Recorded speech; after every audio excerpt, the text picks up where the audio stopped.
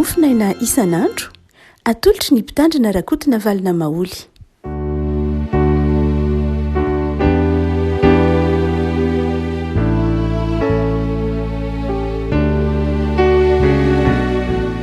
Fanaraba tsika ariavako tratra ity talata fahaenina amby roapolo ny volana novambra ity. Ny mofinaina voalahatra ao antsika dia ny taratasy voalohany soratan'i Paoly ho an'ny Timoty zanany. Timoty voalohany toko fadimy, Timoty voalohany toko fadimy andiny voalohany ka hatramin'ny fahavalo. Ny dikateny fantsiana fahaenina ty eto ambanomasiko ty riavana amin'ny anaran'i Jesosy. Aza mamely mafy loatra ny lehilahy efa zokiolona fa anaro toy ny raha izy. Ny tovolahy dia toy ny rahalahy, ny vehivavy efa zokiolona toy ny reny, ary ny tovovavy dia toy ny anabavy amin'ny fahadiovana rehetra. Omeo voninahitra ny mpitondra tena izay tena mpitondra tena tokoa. Fa raha misy mpitondra tena manana zanaka na zafy dia aoka aloha ireo hianatra aneo izay toepanairaka an'Andriamanitra amin'ny ao an-trano ka hamaly soa ny ray aman-dreniny, fa izany no ankasitrahana eo anatrehan'Andriamanitra. Fa izay tena mpitondra tena tokoa ka mipetraka irery dia manantena an'Andriamanitra ka maharitra amin'ny fangatahana sy ny vavahana andro aman'alina. Fa izay vehivavy manara-po amin'ny fahafinaretana dia maty fahavelony. Izany zavatra izany no ambarao entitra mba tsy hananany tsiny. Fa raha misy tsy mikarakara ny ao aminy, indrindra fa ny ankohonany, dia efa nandany finoana izy ka ratsy noho ny tsy mino asa. Ray masino, manamasinina amin'ny fahamarinana ny teninao fahamarinana. Amen. Ny andiny ny fahavalo, fa raha misy tsy mikarakara ny ao aminy, indrindra fa ny ankohonany, dia efa nandany finoana izy ka ratsy noho ny tsy mino asa. Paoly eto no miresaka amin'ny Timoty zanany ara-panahy, ny rahiny Timoty solitena azy, ny rahiny Timoty hampianatra, ny rahiny Timoty hampahery ny fiangonana izay naoriny maromaro. Nafarany tsara Timoty mba ahitondra tena amin'ny fifandraisana amin'olona. Hoy izy manao hoe aza mamely mafy loatra ny zokiolona ianao fa anaro toy ny ray izy. Ahoana izany hoe mananatra zokiolona toy ny ray, raisina toy ny ray izy izany fa anarina ny lehilahy lehibe. Ny tovolahy ozy dia izao raisoa ho toy ny rahalahy. Ny vehivavy efa zokiolona raisoa toy ny reny, ary ny tovovavy dia toy ny anabavy amin'ny fahadiovana rehetra. Izany hoe Paoly zany eto dia mananatra ny Timoty manao hoe raha toy ny zokiolona ianao ao anatin'ny fiangonana misy ianao, dia eritrereto ho toy ny ray izy. Raha mahita vehivavy lehibe ianao zokiolona, dia vehivavy zokiolona dia raisoa toy ny reny izy. Raha mifanojo amin'ny olona mitovitovy taona aminao ianao, tovolahy na tovovavy, dia raiso toy ny iray tam-po aminao izy. Izany hoe asehon'ny Paoly zany amin'ny Timoty fa toy ny fianakaviana ny fiangonana. Ka ny mpampianatra ao, ny mpitandrina ao, ny pretra ao dia toy ny havan'ny olona rehetra. Izany hoe ny havan'ny mpitandrina dia ny fianakaviana, ny havan'ny mpitondra fivavahana sy akaiky asa indrindra dia ny fianakaviana. Amin'ity andiny ny fahavalo izay ny havan'ny mpitandrina akaiky ny pretra dia ny akaiky asa mpitondra vavahana akaiky indrindra dia ny fiangonana. Ny fiangonana izany no toy ny fianakaviana akaiky indrindra ny mpitandrina na ny mpitondra fivavahana. Ny andiny ny fahavalo dia mananatra Paoly, fa raha misy tsy mikarakara ny ao aminy, indrindra fa ny ankohonany dia efa nandany finoana izy. Paoly zany eto dia mampitaly fiangonana amin'ny fianakaviana, na mampitaly fianakaviana koa amin'ny fiangonana. Dia hoy Paoly manao hoe aoka amin'ny fitezanao ry Timoty, ny kristianina, aoka ho fantatry ny kristianina fa izao raha misy tsy mikarakara ny ao aminy, raha misy tsy mikarakara ny ankohonany, tsy mikarakara ny fianakaviany, dia toy ny olona efa nandany finoana izy. Olona efa nandany finoana ka ratsy noho ny tsy mivavaka aza, ratsy noho ny tsy mpino aza. Izany hoe ny kristianina tsy mikarakara ny ankohonany, ny kristianina tsy miraharaha fiainam-pianakaviana, ny kristianina tsy mikarakara ny tokantranony de toy ny olona efa nandany fivavahany sy ny finoany ka ratsy noho ny jentilisa na ratsy noho ny tsy mpivavaka azy. Zava-dehibe zany ny toeran'ny fianakaviana amin'ny Paoly. Misy zany adidy ataon'ny olona ataon'ny tsirairay ao anatiny antsoina hoe ankohonana, manomboka eo amin'ny ray aman-dreny io ary hatrany amin'ny zanaka mihitsy ary. Paoly eto de miteny manao hoe ny zanaka de manana didy ikarakara ny ray aman-dreny. Amin'ny androm-pahaleby azany izy manao hoe andininy faha-efatra fa raha misy mpitondra tena manana zanaka na zafy de aoka aloha ireo hianatra aneo zay toe-panairaka an'Andriamanitra amin'ny ohatrany ka hamaly soa ny ray aman-dreniny fa izany no ankasitrahana eo anatrehan'Andriamanitra. Zanaka mikarakara ny ray aman-dreniny fa zany no toe-panahy araka an'Andriamanitra. Andininy faha-efatra eo. Fa meloha izay dia ambaran'ny Paoly aloha fa zava-dehibe ny fikarakarany ny ray aman-dreny ny zanany. Rehefa mitentsika hoe famille amin'ny teny frantsay dia ny teny frantsay famille dia avy amin'ny teny latinina famulus. Ny teny hoe famulus dia toerana na ataontsika koa hoe vondron'olona maromaro miara-monina amina toerana anankiray. Reo olona ireo na antsoina hoe famolosy dia andevo na mpanompo. Zany hoe ny avian'ny teny hoe famolosy dia karazana vondrona fikambanana andevo nanaiky niara-monina tamina trano anankiray na toerana anankiray. Mifanohitra amin'ny hoe ataontsika hoe fijery ny fiarahamonina hoe mpanan-karena zany tsy ilay mpanana lay mpanompo loatra ny resahany hoe famolosy fa lay andevo izay nanaiky niara-monina no atao hoe famolosy. Ny aviany teny hoe famolosy any avany mpotoanan'ny Charlemagne no any no efa nipoirany teny hoe famolosy. Raha ohatra ka mijery tsika ny filôzofia an'ilay zany de zao ny antsoina hoe famille raha ohatra ka jerena amin'ny teny frantsay iresahantsika ny teny malagasy rehefa avy eo. Ny avian'ny teny hoe zava-dehibe aminy teny hoe ny toe-tsaina zany de zao manao hoe raha ao anatina fianakaviana ianao na ao anatin'ny ankohonana anao de zao manana adidy ianao ho toy ny mpanompo. Zany hoe ianao zany de manompo ny mpiaraka aminao anatin'ny tokantranonao. Toe-tsain'ny fifanompona zany no anatin'ny antsoina hoe famille. Tsy misy tompo zany ao fa zao ny tsirairay eo dia mifanompo, mifamelona. Zay ny toe-tsaina ao anatiny antsoina hoe famille na fianakaviana. Ao zany tsy misy hoe ianona topoina fotsiny na tahak'izao fa izao mifanompo arakaraka ny heriny, arakaraka ny fahaizany, arakaraka zay maha-izy azy ny tsirairay ao anatin'ilay fianakaviana. Am'malagasy zava-dehibe soatoavina zava-dehibe ny antsoina hoe fianakaviana na ny ankohonana. Am'malagasy ataovy hoe tranainy. Raha ohatra ka mifanena am'malagasy ianao na aiza na aiza de manomboka amin'ny fiarabana. Manahoana tompoko na kôsy tompoko na tsarava tompoko na akory liana na salamy be de be zay fiarahabana eto Madagasikara arak'izay mahazatra an'izay mpianakaviana. Tsy zany akory ny olana fa samy manana zay fifampitezany ihany tsy editsika hevitra zay. Dia mifampiarahaba ny samy malagasy. Rehefa mifampiarahaba izy ao aorianan'izay de metraka fanontaniana izy. Inona ny vaovao? Inona ny maresaka? Fa rehefa ao anatin'ny resadresaka eo de zao ny fanontaniana tsy maintsy mipetraka ao de ny hoe manahoana ny fahasalamana? Ary ny famaranana ny resaka de ny zao manao hoe mampamangy any. Manahoana ry zareo any? Manahoana ry any? Manahoana any? Mampamangy eo. Zay mandrakariva ny dinidiniky fanaova malagasy rehefa mifanena eny an-dalana izy na eny an-tsena izy na aiza na izy io. Zany hoe ny ao ambadiky io fifampiarabana na io fifanenana de zavatra anankiroa. Zava-dehibe ny fahasalamana ary zava-dehibe ny fianakaviana. Lay teny hoe manahoana ry zareo ary? Manahoana ny ray aman-dreninao? Mampamangy.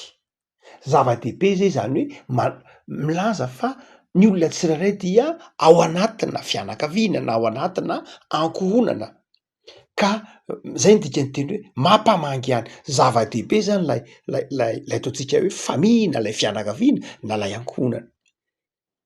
Malagasy isany ohatsika hoe marojefy andrefesany malagasy ny ny fahasambarana de ny fahasalamana sy ny fiainam-pianakaviana milamina. Amin'ny malagasy reo zavatra anankiroa reo no andrefesany antsoiny hoe fahasambarana. Marina fa zava-dehibe ny hoe malagasy miteny hoe mandeha ve ny tsena, mandeha ve ny business, eny am'zao andro antsika zao moa zany, na sanatria hoe mandeha ve ny afiranao, sanatria na mandeha ve ny fitadiavanao, tsy de zay loatra raha malagasy nentim-paharazana no resahantsika io, zany hoe malagasy ataovy hoe atalohan'ny fanjanahantany, dia ny zava-dehibe de ny hoe manao ahoana ny fahasalamana. Harena amin'ny malagasy ary sarobidy rehefa salama ny malagasy de sambatra izy. Izy tsy malagasy tsy materialista be ohatra am'zao andro antsika zao hoe fiarakodia tsara tarehy, fahitalavitra tsara tarehy, trano tsara tarehy, zany zavatra tsy de orana loatra tam'tany aloha. Zao moa zany efa lasa zava-dehibe amitsika, fa ny malagasy ande zao sarobidy aminy ny fahasalamana, antoky ny fahasambarana aminy ny fahasalamana ary ny fiainam-pianakaviana sy ny ankohonana milamina tsara. Noho zany dia malagasy amitsika malagasy zany dia ny fianakaviana dia tsy vitany hoe sarobidy ihany fa isan'ny antom-pisiana mihitsy, isan'ny mamaritra ny maha izika atsika.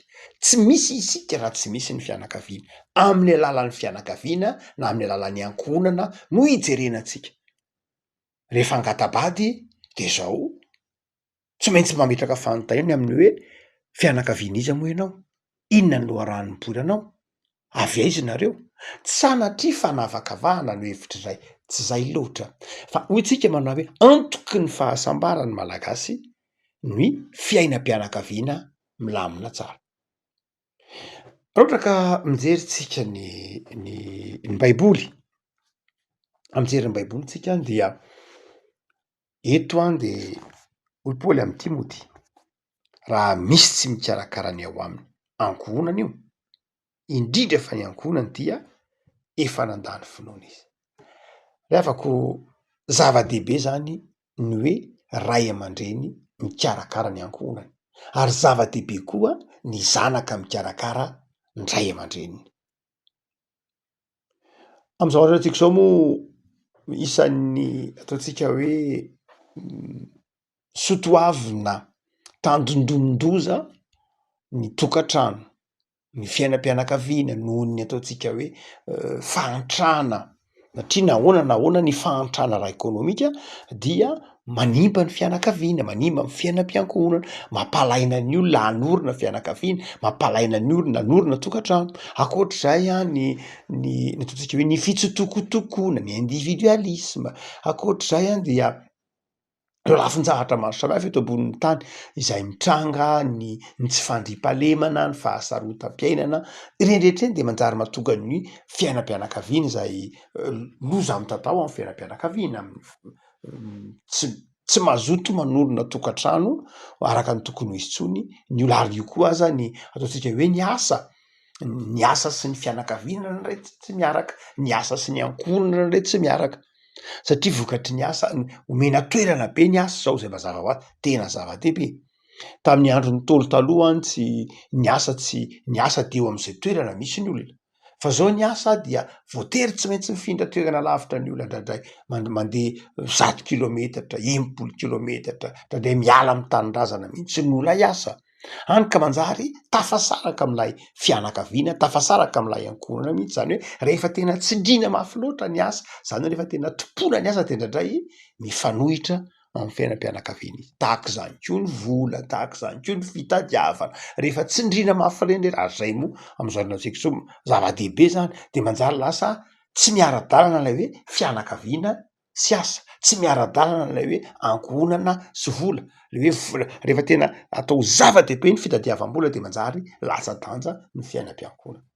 Nahoana de ambaran'ny masina raha mitsika kristianina, fa aza atao hoe kristianina ianao raha tsy mikarakara ny ankohonanao, ary aza atao hoe kristianina koa ianao, sahy mihitsy Paoly eto miteny efa nandany finoana, ratsy noho ny jentilisara raha ohatra ka misy tsy mikarakara ny ankohonany, na koa tsy mikarakara ny ray aman-dreniny. Mazava be io, tenin'ny Paoly io. dia eo zany le hoe inona moa azy zany le hoe mikarakara ny ao aminy, inona moa zany le hoe ankohonana ny fampikarakara. Voalohany de zao amy lafiny fifamelomana ara-tsakafo io, zava-dehibe ny fiahinany ny ray aman-dreny ny taranany, zava-dehibe zany le hoe ray aman-dreny mamelona ny zanany, manome sakafo azy, miantoka ny fianarany, manome azy fanabeazana, zany ao anatin'ny fikarakarana avokoa, ao anatin'ny fanabeazana. Marina fa mafy be ny fiainana, marina fa sarotra be ny fiainana, fa izao sarobidy le hoe mikarakara zanaka, mampiana-janaka, mitaiza azy. Ary anankiray am'zay ampianarina misaotra masina ankoatran'ny fikarakarana ny sakafo, ny fanabeazana de zava-dehibe koa ny fampitana ny finoana. Amina statistika nataon'lay fijery anankiray nataon'lay sosiôlôgy anankiray antsoina hoe Jean-Paul Villem. Jean-Paul Villem dia sosiôlôgy izy io zay nandalina be dia be momba ny fivavahana indrindra momba ny laïcité, mampianatra ao amin'ny école pratique de hautes études ao Sorbonne. Dia be de be na soratra nataony izy ty olona ty zay mahafantatra tsara ny fivavahana sy ny protestantisme. Dia amin'ny fanadihadiana zay nataony any amin'ny misy azy zany, dia izy manao hoe ny amin'ny jiosy dia ny 450 ny jiosy de mahatafita ny zanany ho tonga jiosy ihany, ara-pivavahana io zany. Zany hoe ny 450 isan-jaton'ny jiosy de mahatafita ny fivavahana ho fivavahany ho tafitany amin'ny janany. Ny kristianina, ny protestanta dia eo amin'ny 520 isan-jaton'ny protestanta eo de mahatafita ny fivavahana any amin'ny janany. Ny katolika eo amin'ny 720 latsaka kely eo, 520 isan-jato eo. Ny silamo de mahatafita hatrany amin'ny 150 isan-jato, 150 isan-jato, zany hoe raha misy silamo 10 zany ao de zao ny 5 am'ireo mahatonga ny zanany ho tonga silamo. Fa raha misy kristianina eo de eo amin'ny 9, raha misy kristianina 10 ao de mety eo amin'ny 9 na 7 eo ihany. Zany hoe tena zava-dehibe zany ny fampitana ny fivavahana de tena ao anatin'ny ankohona sy ny fianakaviana. Ary ny baiboly de manazava an'izany mihitsy fa adidin'ny ray aman-dreny ny mampianatra ny zanany ny fivavahana kristianina. Asa rehefa tantaraiko de maka. Nisy fotoana anankiray ndray lahady hariva, taona vitsivitsy lasa zahay na maromaro moa, fa any amin'ny 10 taona latsaka kely any aho. Dia nanao rindran-kira ny chorale tato amin'ny fitandremana misy anay. Dia rehefa vita le rindran-kira sahabo tamin'ny ora 5:60 eo na mahery kely iny, dia nanatona le tovolahy anankiray, nanatona pastera, zay resaka kely aminao. Ahoana anaka? Za pastera dia iova kristianina. De nihiratra ny maso, ka ahoana moa? Fangafangahy ianao anaka tsy kristianina? Za tsy kristianina fa silamo ny raiko ary mpiandry mosquée any amin'ny toerana anankiray izy tsotronontso satria mora fanta satria sode tsy hoe sode fa mahatadidy zany lay olona. Any amin'ny toerana anankiray any amin'ny faritany le izy. De ay ve? De ahoana za iova kristianina fa ny reniko aloha izy protestanta ihany, mampianatra amin'ny lycée ary amin'ny faritany anankiray. Ay mety zany an. De niary de niantso tovolahy anankiray avy anao aty anaka? Ity zazalahy ty dia mba harao maso kely momba ny hoe nanahoana ary ity tovolahy ty mba hampianaro azy hoe ny fivavahana kristianina ahoana zany miangony zany, tiany baiboly, hampianaro azy momba ny baiboly dia nanaraka le tovolahy anankiray. Dia nampianatra azy teny. Afaky ianandro vitsivitsy, nisy olona tonga tao amin'ny biraoko. Rangahy lava be, tsy de mifanalavitra loatra amin'ny taonako, dia Ianao fa pastera ato izy eno za mpitandrina ato. Asakisaka kely aminao mandroso antsy androso pastera fa hiditra any antsy fanaontsika malagasy zany miresaka andalana zany ala tokotany zany fa mandroso ianao de niditra izy. Vetivety any pastera fa mialatsiny aminao aho fa ianao de manodikodina ny lohan-janako. Mieritreritra kely ahoana moa zany? Fa ahoana hoa? Misy zanako zay silamo de nataonao tonga kristianina. Ka tsy nanao azo tonga kristianina mihitsy aho fa antson'Andriamanitra io ka tsoforano izy tonga kristianina. Fa zava-dehibe ny fanoloran-tenany. Ny zanako pastera dia silamo, ny zanaky ny silamo tsy maintsy silamo. Ny zanaky ny silamo tsy maintsy silamo.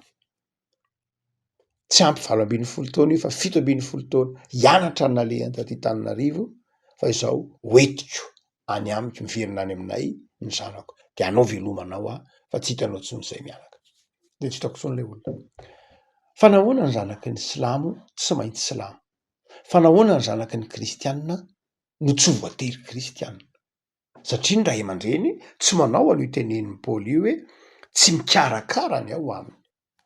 Satria ny ray aman-dreny tsy mahavatra mampianatra ny zanany sekoly alahady, tsy mahavatra mampianatra ny zanany soratra masina, tsy mahavatra mampianatra ny zanany mandeha miankina satria reraky ny asa, satria vizaky ny asa dia aveo lasa tsy tonga any am-piangonana ary dia manjary lasa misy ara moa zanaky ny kristianina ndraindray tsy miangona, tsy miditra am-piangonana, ndraindray tsy mandray anjara ao anatin'ny zany hoe fiainam-panahy, ndraindray tsy mandray anjara no antsoina hoe fiainana kristianina nefa zanaky ny kristianina, ndraindray raha manenjika fiangonana, ndraindray tonga tsy mihitsy nefa zanaky ny kristianina.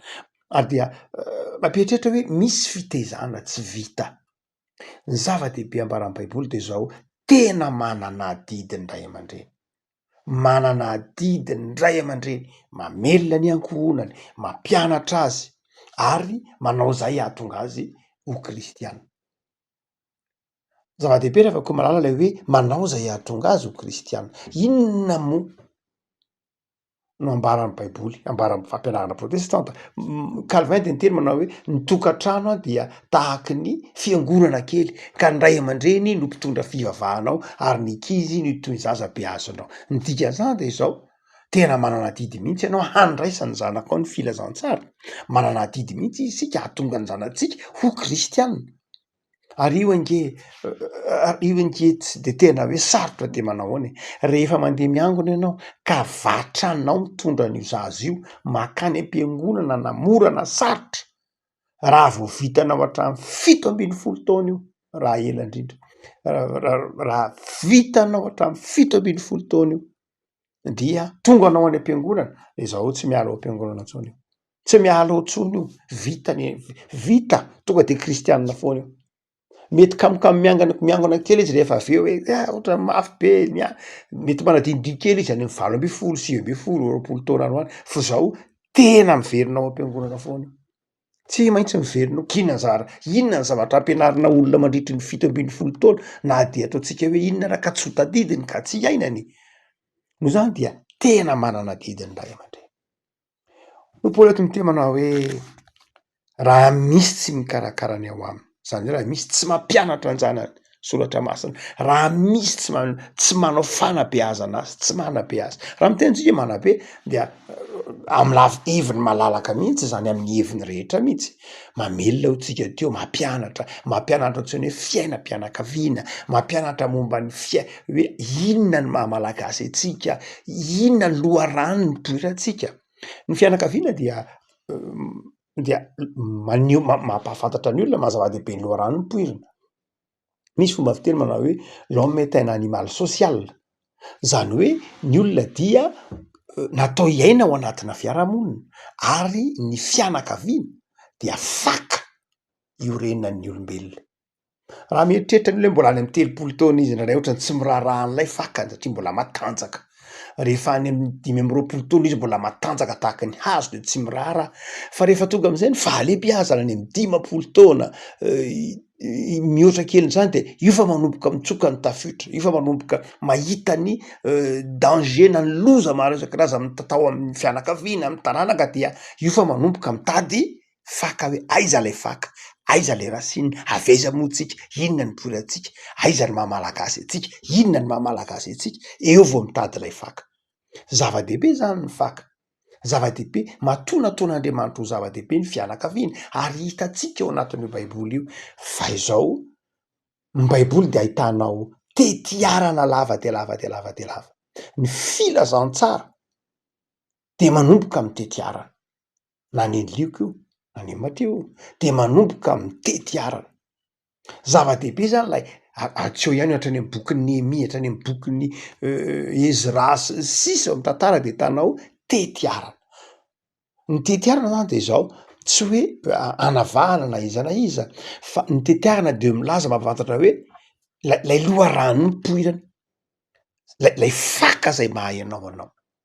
Afaka malala ny baiboly eto zany dia mampianatra antsika hoe karakara ao ny ankonanao, karakara ao ny taranaka, mba karakara ao ny hoavy ny taranaka. Ny filazantsara Jesoa moa de fantatsika fa mpandrafitra ny ray Josefa. Azontsika antoka mihitsy fa Jesoa de mahay mandrafitra satria ny raim-pianakaviana de mampianatra anjanany ny fivelomana, mampianatra anjanany ny asa fivelomana, ny asa fameloma-tena toy ny hoe mpandrafitra, mpamboly, mpanjaitra sy ny sisa rehetra. Zany hoe avy amin'ny fianakaviana no andraisan'ny olona ny asa fivelomana, lovana zany ny asa fivelomana tamin'vanim-potoana ny antikite. Fa am'izao androany antsika zao mety tsy zay tsony, fa izao mampianatra anjanantsika any amin'ny université, any amin'ny sekoly ambony, any amin'ny sekoly fianarana azy mba hahatonga anjanantsika hanana fahaleovantena arak'asa. Miavako zava-dehibe ary ny fiainam-pianakaviana ary manana adidy eo anatrehan'Andriamanitra isika, ampianatra hikolokolo, manana adidy isika hijery ny taranakitsika. Ny ray aman-dreny, ny zanaka kosa amin'ny tenenin'ny Paoly io de zao manana adidy hijery ny ray aman-dreny. Amin'ny ataontsika hoe amina olom-pirenena vanona, amina olom-banona de zao isan'ny adidy ny antsoina hoe olom-banona dia ny mikarakara an-janany. Adidin'ny olom-banona koa ny mijery ny ray aman-dreniny. Afako eto am-Paoly de mitona antsika ary hanao zava-dehibe ny fiainam-pianakaviana fa ny mpino de mikarakara tsara ny ankonany. Vavakitsika tompo misaoranao zahay noho ny amin'ny soratra masina zay mampianatra anay hitondra tena tsara, mampianatra hainao zava-dehibe ny ankonana, ny fianakaviana zay loharano hipoirana, ny voza na ny soa, hifampizarana, ny sarotry, hifanoloran-tsaina, hifampahirezana, faka zay hanovozana, fahendrena sy finoana. De tahi tompo ity tontolo andronay ity, ho tontolo andro ahitana fifaliana, tontolo andro ahatsapahanay ny famindramponao sy ny fitiavanao, tontolo andro zay ahatsiarovanay fa sambatra izahay manana ankonana, sambatra izahay manana fianakaviana, sambatra izahay manana tokantrano, fa tsy nataonao mpanjenjena, fa nataonao iorina eo anivon'ny firenena, eo anivon'ny tokantrano, eo anivon'ny fianakaviana. Sotra tompo dia atao volon'ny andraikitra, atao volon'ny adidy, atao volon'ny fitiavana ny ankonana izahay. Raha misy ankonana mandalo fizaham-toetra tompo amin'izao mofinaina izao dia sitrano. Raha ohatra ka misy ankonana tsy mifankatia, mandalo fizaham-toetra, mandalo fivangivakisana satria mety ho fakam-panapa-hazo ny ankonana sy ny fianakaviana koa zany, de sitrano tompo ny fifankatiavana mba hitoetra. Ataovy mahay mifandefitra, ataovy mahay mifamela, ataovy samy mahatsiaro fa zava-dehibe ny fiainam-pianakaviana, zava-dehibe ny ankonana, zava-dehibe ny ray aman-dreny, zava-dehibe ny fiainan-janaka. De ampianary tompo hianatra amin'ny teninao zahay, hifanaja, hifanohana, hifamela, hifankatia. Misaotra Jesoa. Amen.